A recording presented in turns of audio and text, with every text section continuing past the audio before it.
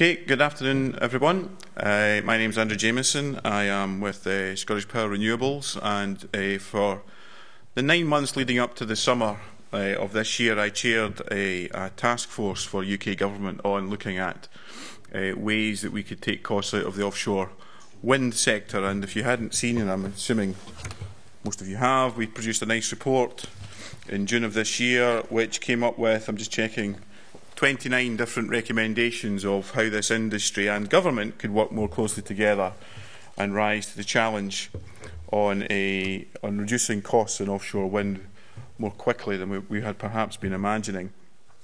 I'm going to introduce my panel in a minute, but just for the context of what we're looking at today,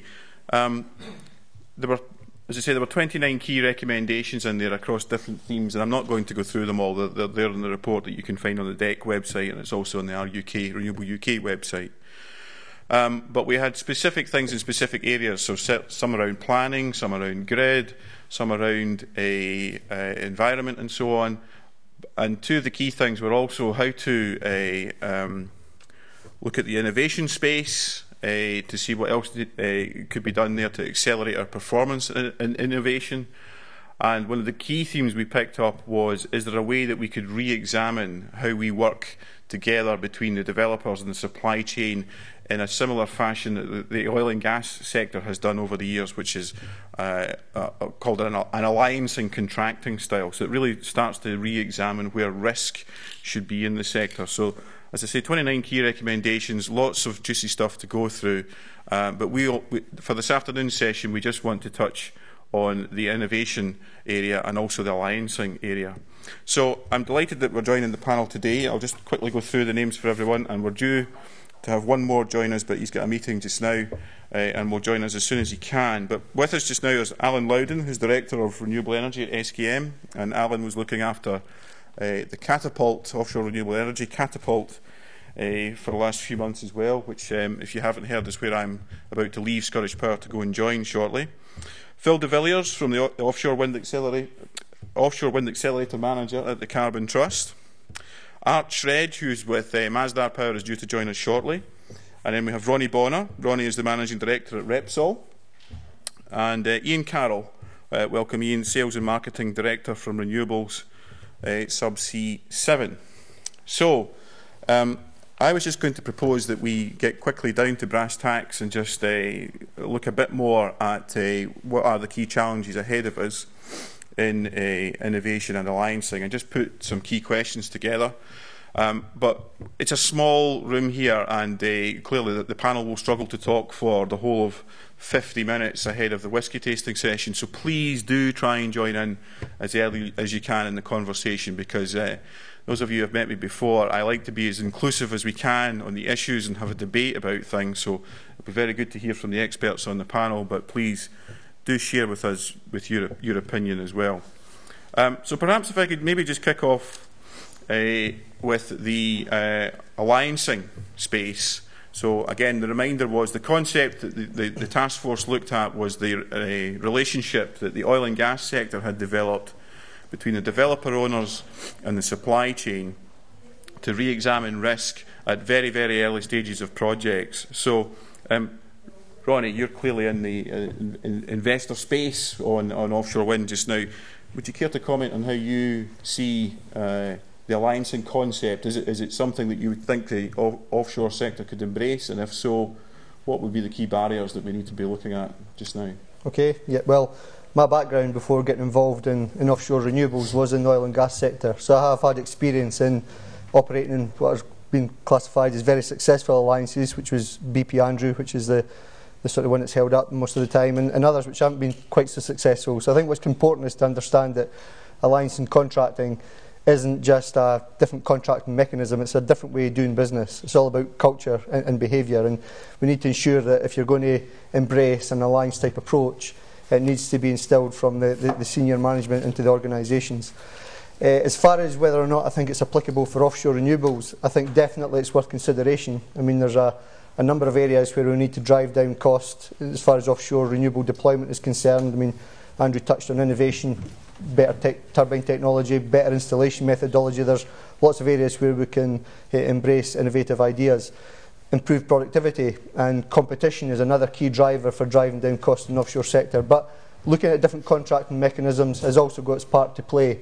And just as an example, if we talk about BP Alliance, the BP Andrew Alliance, that was originally envisaged to be a £450 million development based on a traditional contracting arrangement, and outturn cost was £290 million, so that was a 36% reduction in cost. If we look at offshore wind turbine deployment today, it's anything between £140 and £150 a megawatt hour. If you get that same level of reduction, you're down to just below £100 a megawatt hour, which is the target. Now, that's not going to be driven by the alliance and contracting strategy alone, but it's just an indication of some of the benefits that you can get from that.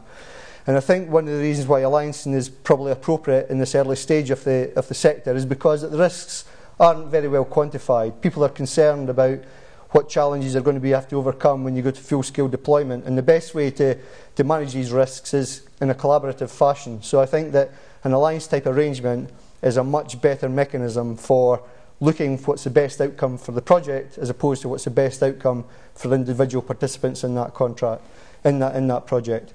Some of the issues are facing the alliance and methodology for an offshore renewable sector, which is relatively young, is that one of the big issues is the number of contractors that are available, competent contractors. So you might be able to establish 1 or 2 or 3 alliances, but you end very quickly run out of competent contractors that can deliver your project.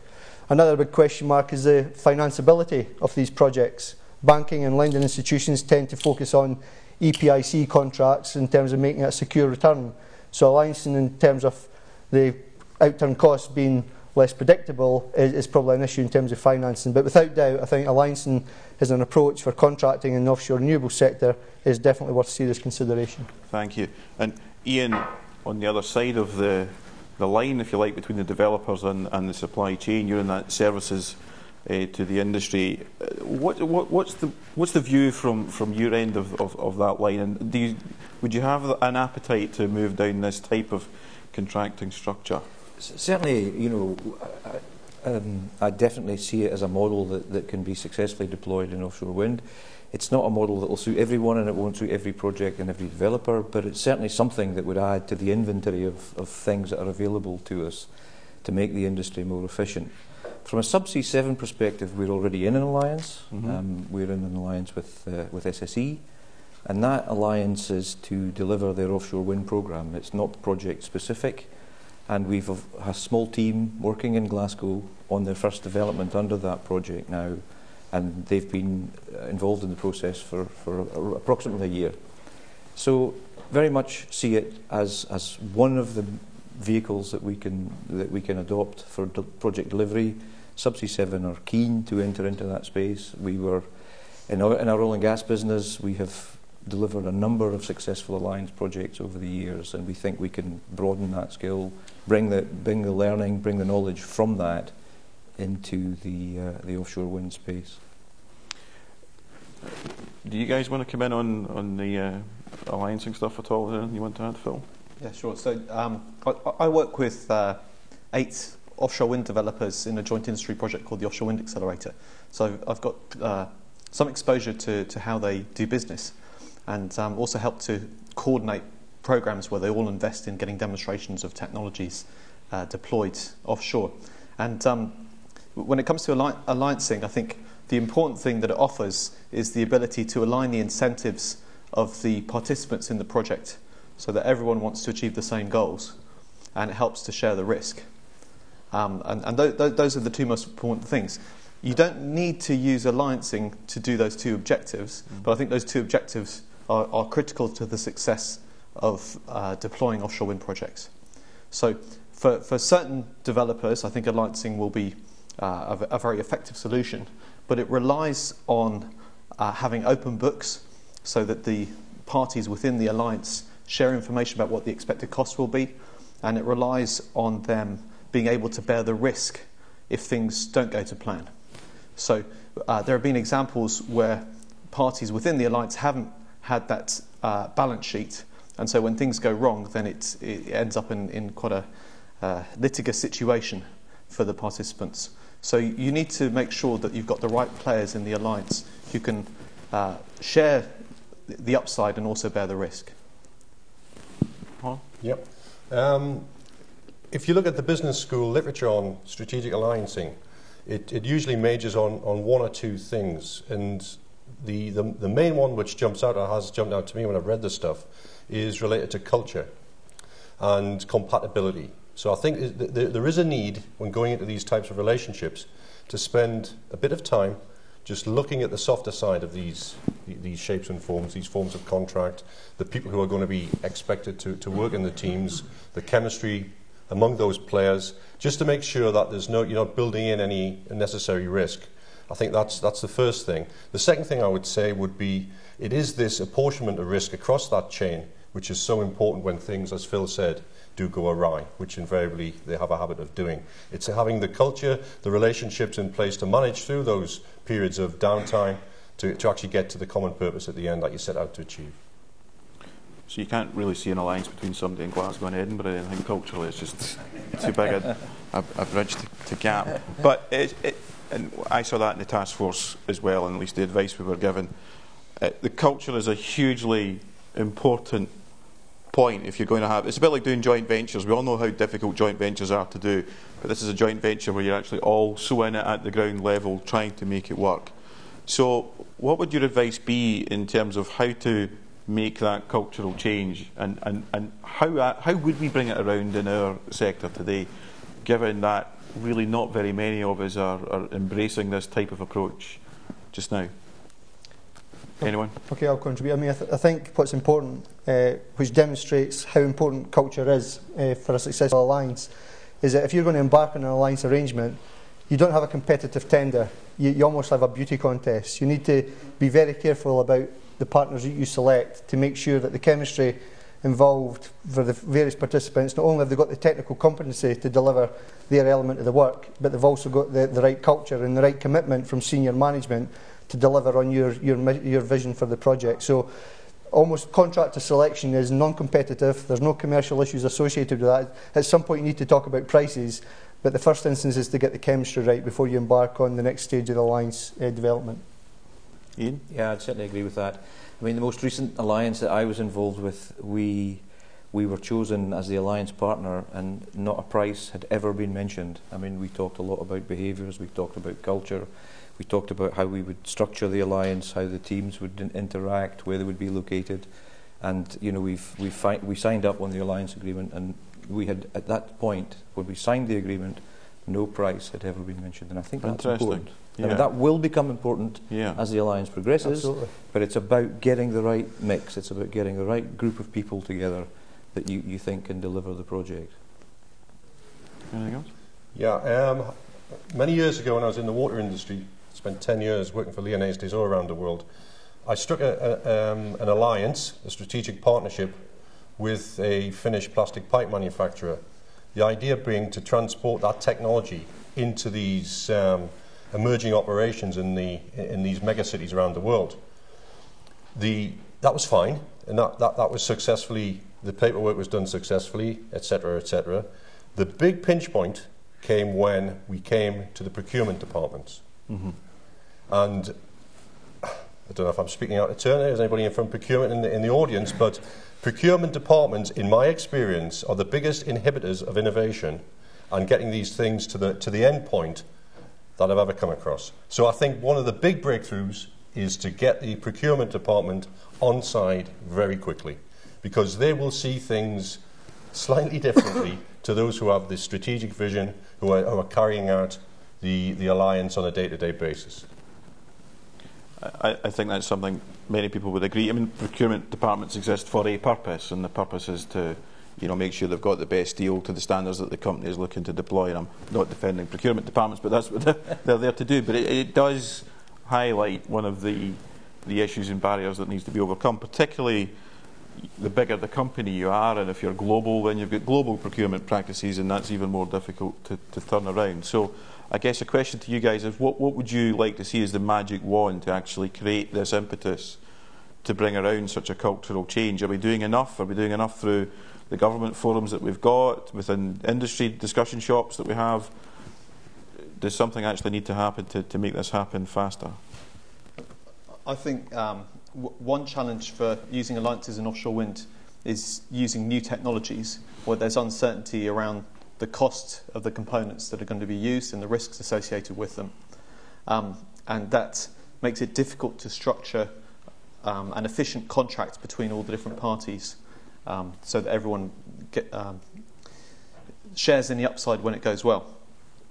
And to help understand those costs and risks better, I think it would make sense for industry players to work together more closely and collaborate more closely to understand the cost of the new technology. So that means doing more joint industry projects to understand the technology better. And that means it will be easier for them to choose to use those new technologies in their projects.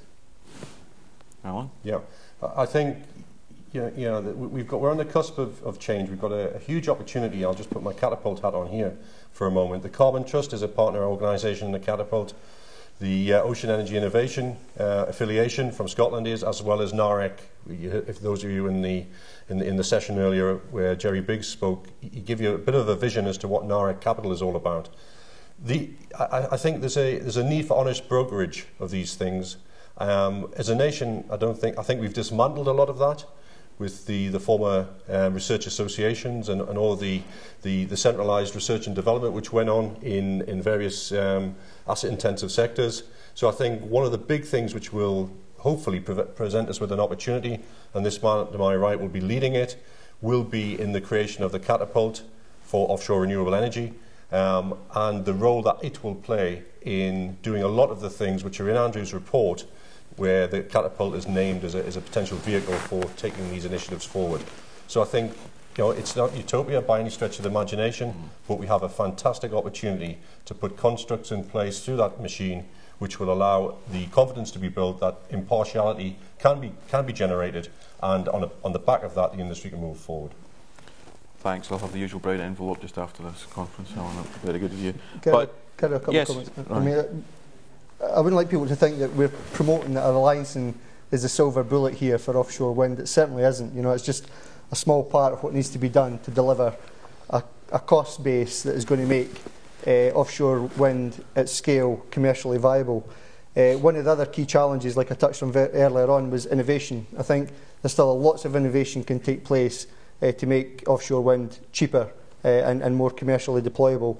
We tend to focus on turbines when we talk about innovation. There's a whole area that really hasn't been too much work done today. Installation being a great example.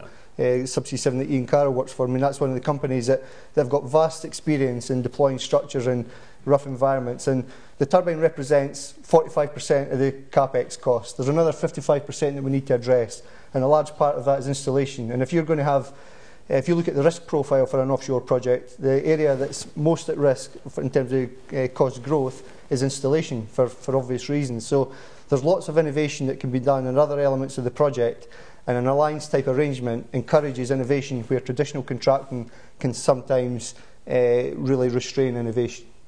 Thank you. You've led very nicely into the sector, because I wanted to bring innovation up, given it's a key part of the discussion this afternoon.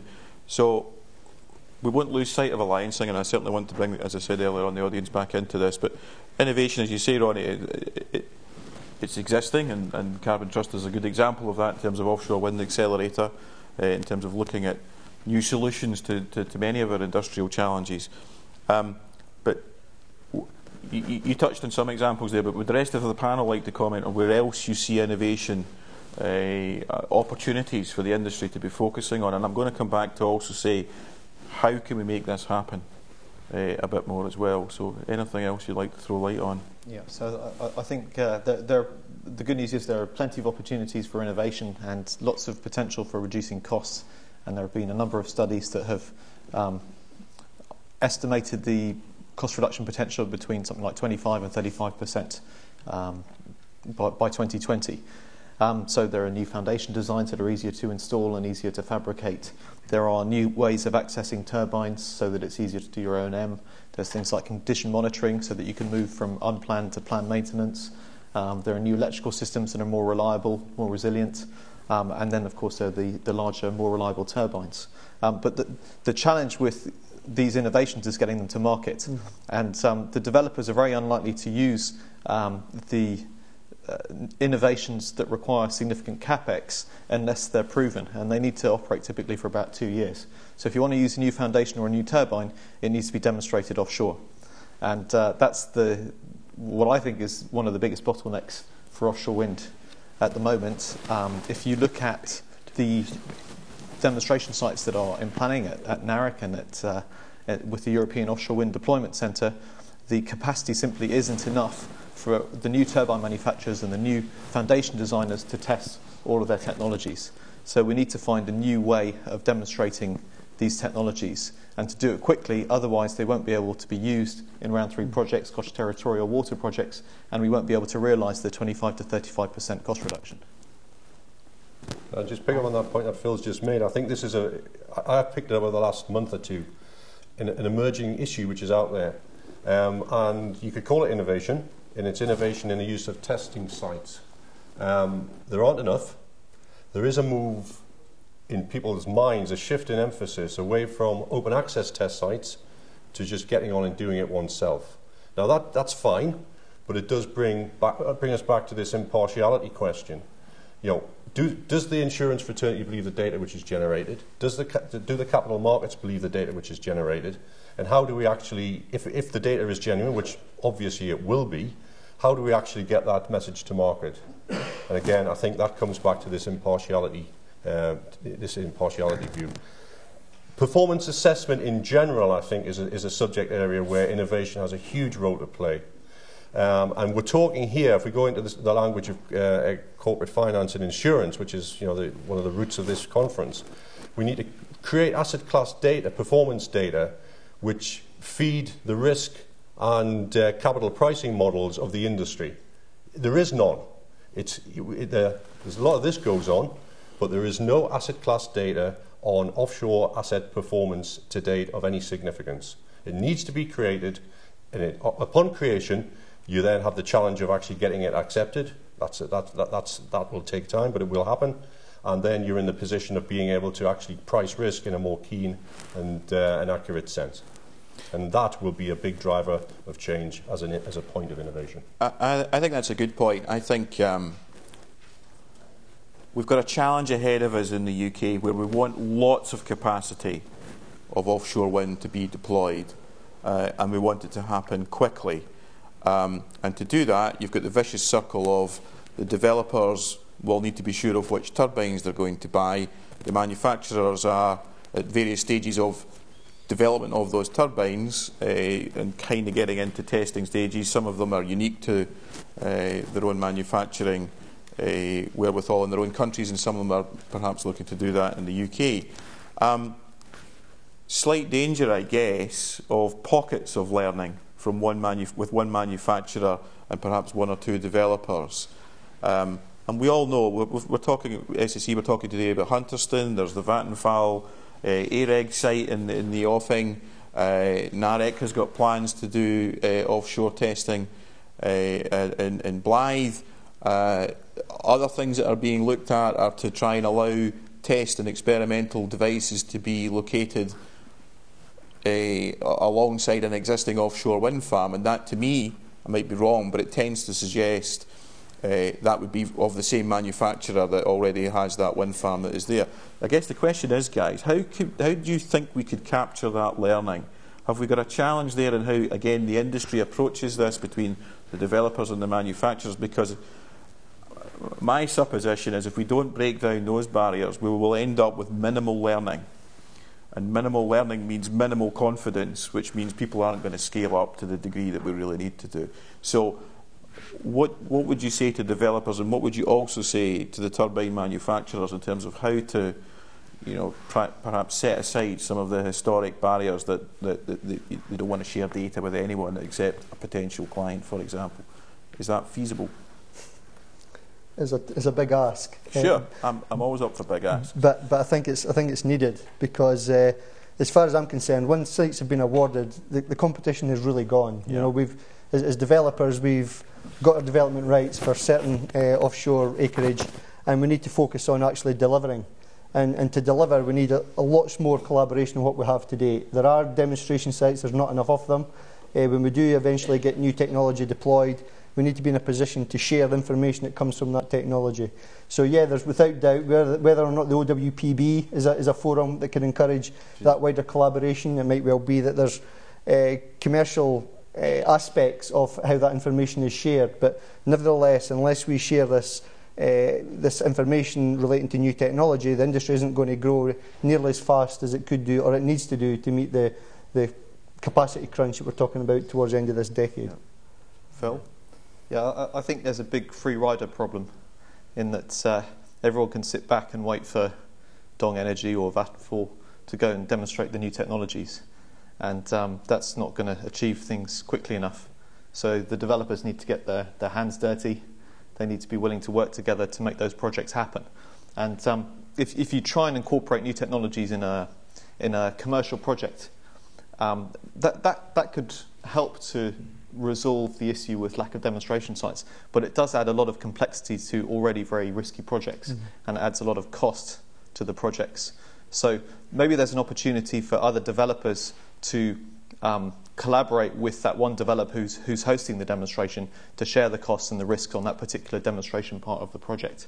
And that would mean that they will be very involved in the demonstration, so they can work with the designers who are developing the technology, they can visit the fabrication yards, learn the lessons learnt, work with the installers to see what's going on, and really get involved in the project rather than just getting a report that's published as a consequence of a sort of government initiative. Which takes us back to Alan's point about the financial community, and insurers really need to be sure of these products before the banking sector really starts to flow. I mean, that would be my position, always has been.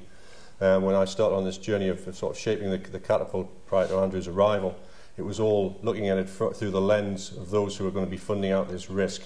And for me, it's quite simple.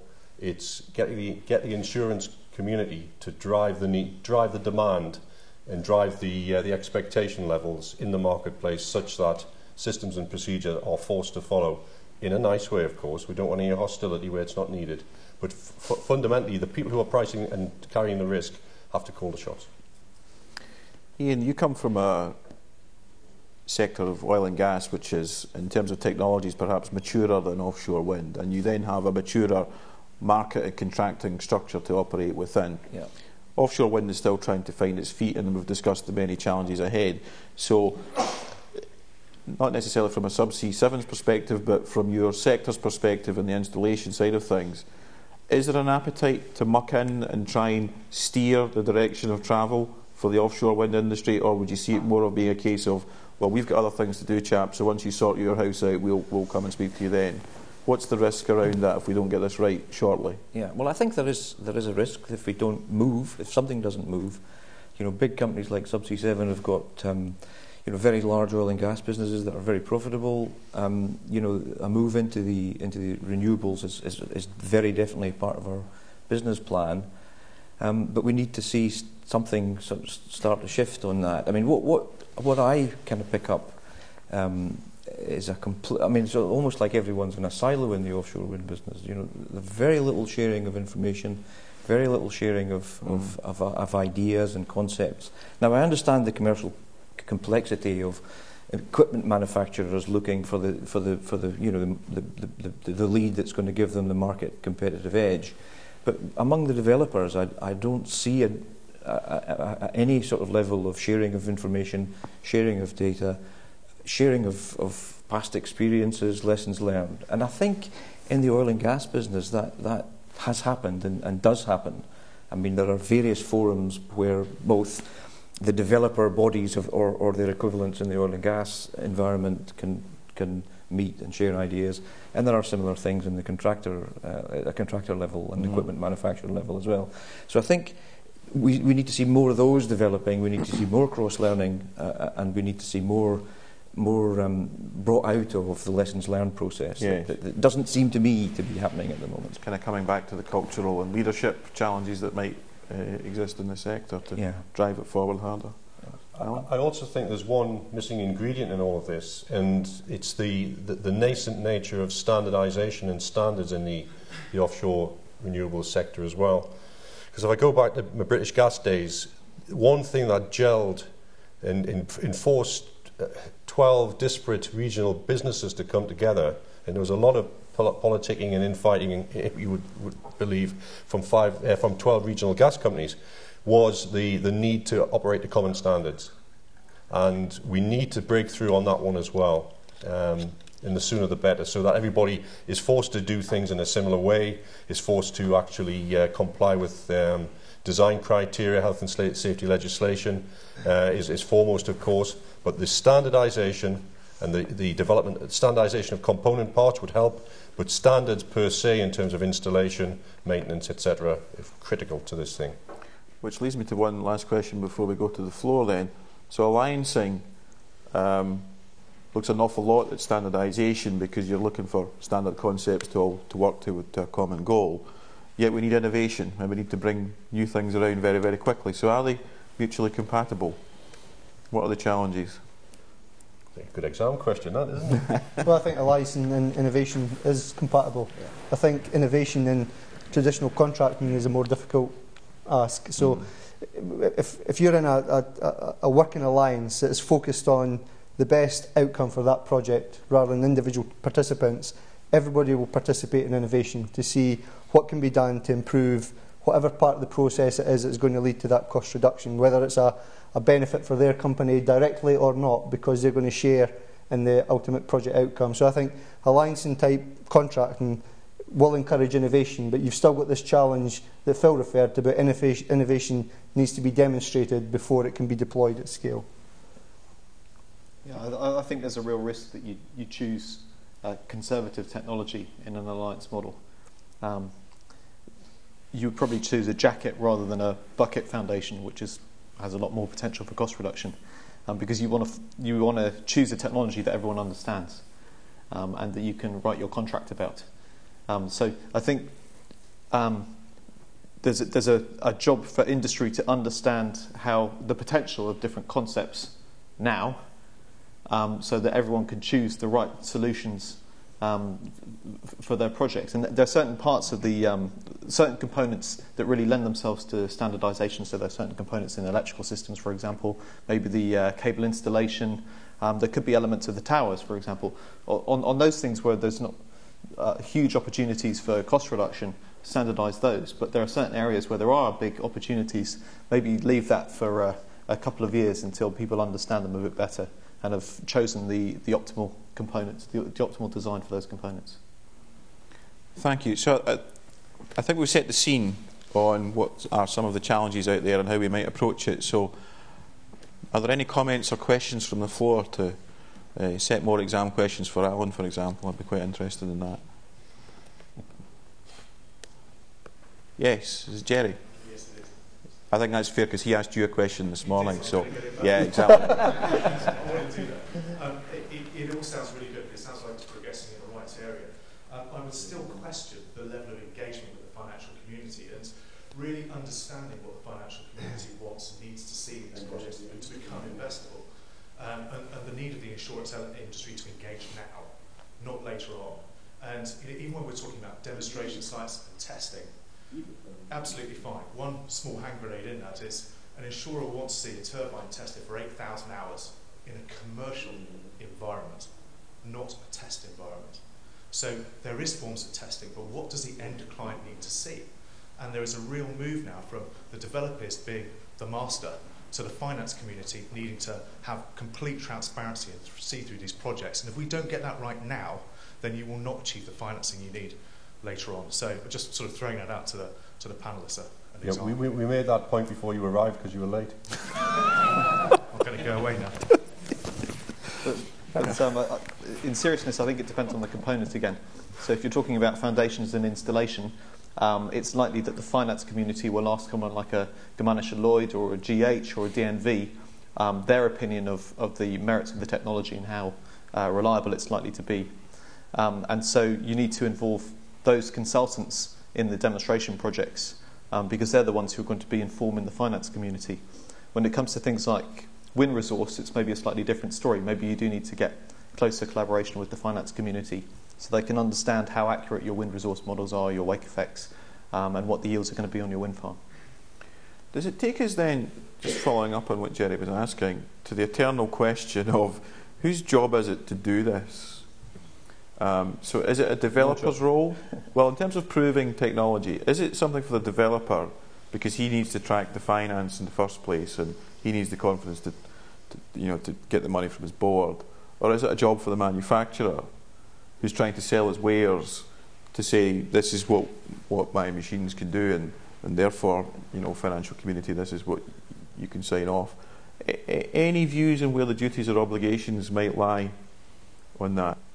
In my view, the primary obligation when you're looking at, if you take turbine technology, is on the manufacturer. When you look at installation methodology, it's really down to the competent installation contractor to demonstrate to the customer, the alliance partner, whatever the contracting relationship is, the success of his product or service. Okay. Any other views? I think preferably opposite ones. for turbine manufacturers, it could be challenging for them to prove that to their customers because they don't necessarily have access to sites, whether it's onshore or offshore test facilities. So they need help from developers to be able to prove their track record to the developers. So I think, and of course, it's in the interest for the developers to have more turbine manufacturers, more reliable turbines. So I think developers have a role to play in improving the bankability of new technologies. It is a tricky question.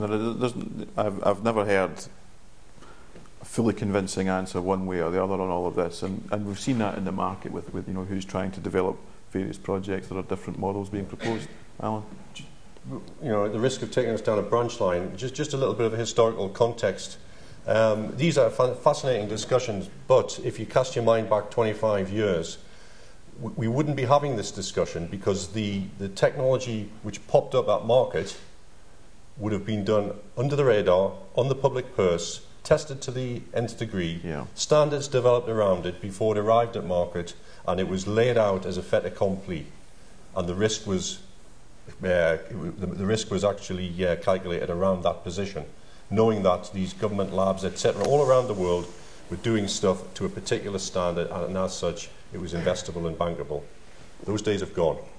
So it is a very interesting period in our lives that we're experiencing now. Probably the first wave of a new industrial revolution that we're experiencing, where this is such a big ticket issue now. The bankability and the investability of these technologies. Well, that suggests a market-based solution isn't going to work. I have my doubts. Art, you're welcome to join us because we're all just desperate to go into the whisky session next. I'm surprised that there's so many people on the whisky session. I told them all the whisky session was in here, so we fooled them. But I think, just while I'm sitting down, that's a very important point to ponder. Because I would say there's a significant portion of the people in the audience will have lived through that and will have seen that happen. And trying to take learnings from that into the world which is ahead of us, I think is an extremely important element. Yeah, so there are certain things that the government can help with, so accelerate planning permission, consenting, to make it easier to demonstrate new technologies on commercial projects, de-risking the AREG and the NAREC sites, and then offering incentives to industry to try new technologies. So, for example, you could have higher ROCs for innovative technologies for a certain megawatt capacity, or you could have more grants to the projects to do that. And it could be tied to demonstrating specific innovations as well. Art, I'm not going to throw you into the deep end, but just to fill you in, we've had a quick discussion about the alliancing approach that was proposed by the task force to look at in terms of contracting structures, and we've also been looking at innovation and the potential for innovation and how to make the two align themselves, which then brought us into test facilities and how to get learning of new turbines. So you're looking after London Array, is that right? Yeah. I dare say you may have turbines in mind for that already, but in terms of Masdar's approach to new technologies, is there anything in particular you'd maybe like to educate the audience on your experiences of how best to approach new technologies and how to get the confidence of the product that you're looking to invest, which are serious amounts of money in ultimately? Well, if you look at, my apologies for being late, but if you look at the London Array project where Masdar has a 20% stake, And we're reaching the end of phase 1 by operations in Q2 next year, full operation Q2 next year.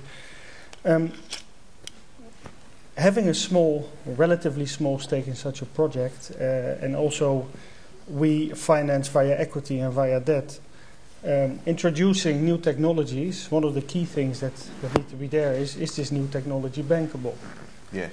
So from that perspective, that is an important element for us as a developer / investor, which Masdar is, coming out of the Middle East, is an important element related to new technology. That said, we recognize the fact that we need to apply new technology and extend the technology in the future in order to be able to go further offshore and justify the cost we need to make for these big turbines, for instance. So, but I think the bankability element is for us, for Masdar, and I think for other people as well, and more because projects becoming larger and there will be more debt coming out of the market, hopefully to finance these projects, is an important element. Well, thank you. And we've been discussing, and I hope to continue to discuss, the role of the developer and the supply chain in giving the financial community the confidence that they're seeking. So any more questions or comments from the floor? Must be something. Darren Gardner, Energy Technology Partnership. In relation to innovation and alliances, is there any merit in the industry technology facilitator model used by, obviously, the oil and gas community around Aberdeen? It's very different sectors at very different stages, and the money that's available to them is quite different. But in terms of encouraging people to work together collaboratively and get less hung up on IP, is that something that could potentially work? I have to put my hand up and say I don't know what it is. Can you explain a little bit more about how the model works? An oil and gas industry membership organisation, which has got most of the biggest ones in the world, and obviously, I would imagine Ian will be aware of it as an organisation. Yeah. And effectively, the industry get together to decide on common technical challenges, that could be 5, 10, 15 years out, and then effectively they put out calls to propose the development of solutions for those by a mixture of SMEs, bigger companies, and research institutions. Colleagues, views on that? Yeah, sounds like a great idea. Well, I mean, I would say that Phil's probably one of the best qualified to comment on that, because it's not too far away from the offshore wind accelerator model. Yeah. So the OWA only has developers in it, so they all have aligned interests, and then they work with the supply chain to figure out the potential of technologies. So it's driven by the developer needs and not necessarily by the desires of the component suppliers. So I'm not sure it's exactly the same as what you're describing. I think if you look at Europe, for example, at TP Wind, they have a mixture of everyone across the supply chain who are informing the calls that come out of the European funding opportunities. So that's quite similar in principle to them deciding what the major challenges are for the next X number of years and then allocating funds to them. But yeah, having had some experience of ITF, it is a good model, and it is based upon trust. And there was a lot of work done upstream of that beast coming into existence to actually give it the platform for success. So it's not been without its problems. None of these things ever are. But I think it's a great means. These joint industry programs are great means of actually getting the industry forced into a room to solve and open up. And I think it's certainly a great stepping stone on the way. So Phil, let me ask you an honest question. Have you seen a change in developer behaviour since the initial days of Offshore Wind Accelerator to where we are now? What, in terms of collaboration?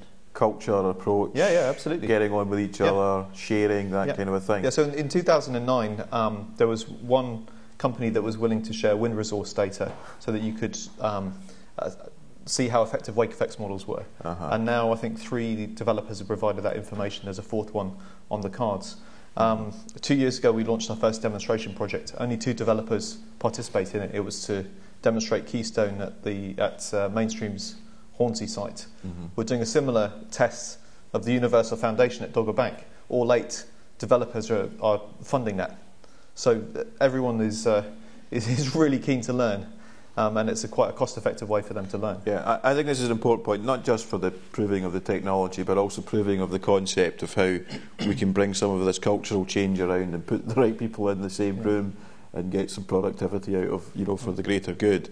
And I know that's something the task force looked at. You mentioned the OWPB, which is called the Programme Board, which was a suggestion that government and all the right departments of government at UK level, not just DEC, get together with the statutory consultees and the developers and also representatives of the supply chain so that we can pick up issues early and start working on things early. And that, I dare say, will lead to spin-offs of different subgroups that are looking at some of the more specific things that we're talking about, whether it be innovation or planning or grid issues, etc., etc.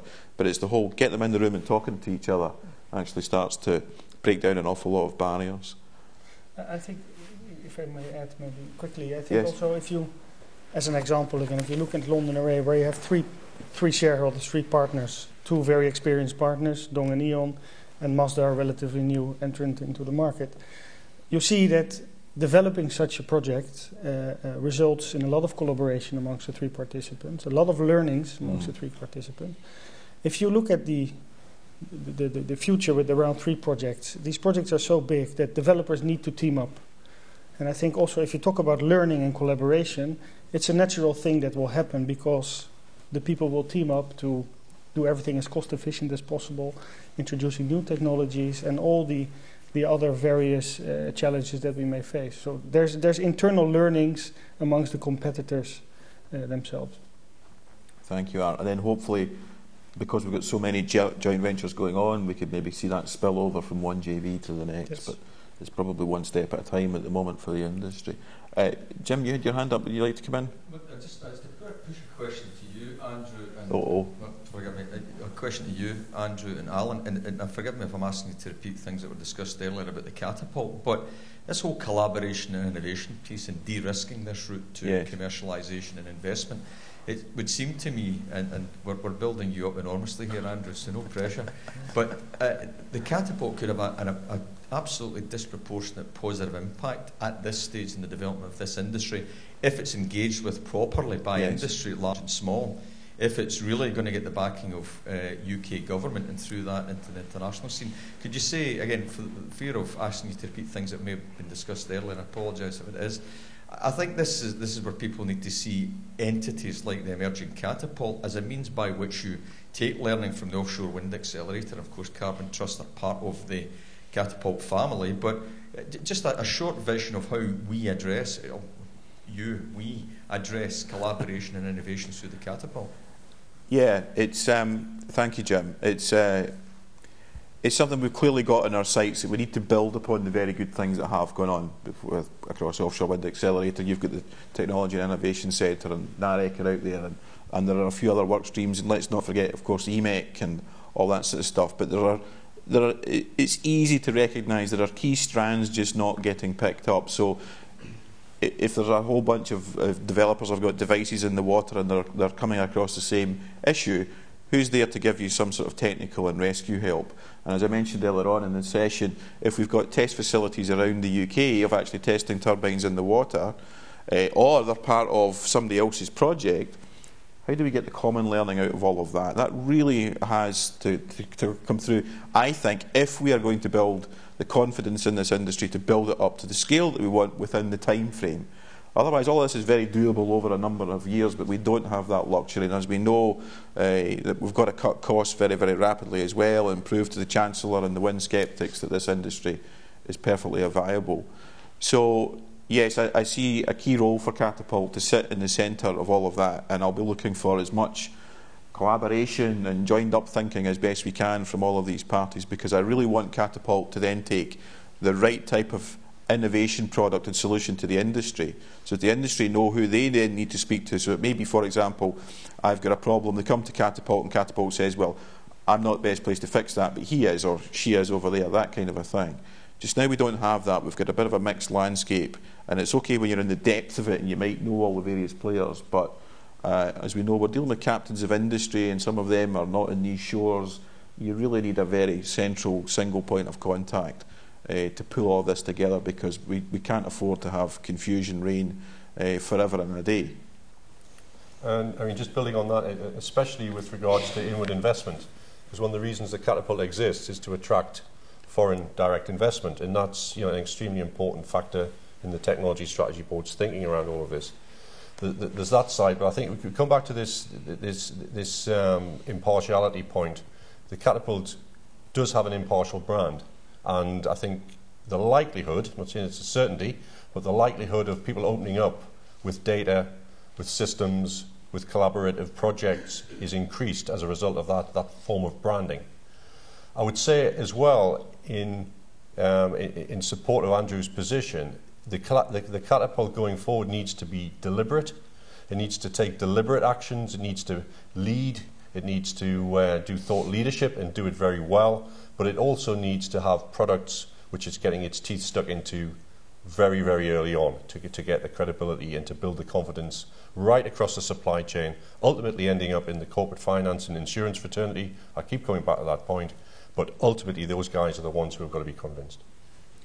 Thank you. And I think Catapult will clearly play whatever role is required of it in the innovation space. But as Ronnie mentioned before, in terms of cost cutting, there are lots of other avenues for cost cutting. Some of them sit entirely with the industry, such as if we look at the alliancing space, and then there are other aspects that has been identified in the task force work, and indeed the Crown Estates work that went in parallel with it as well. So we will have a role to play. The industry in a wider context has a role to play, and governments north and south have a role to play within all of that as well.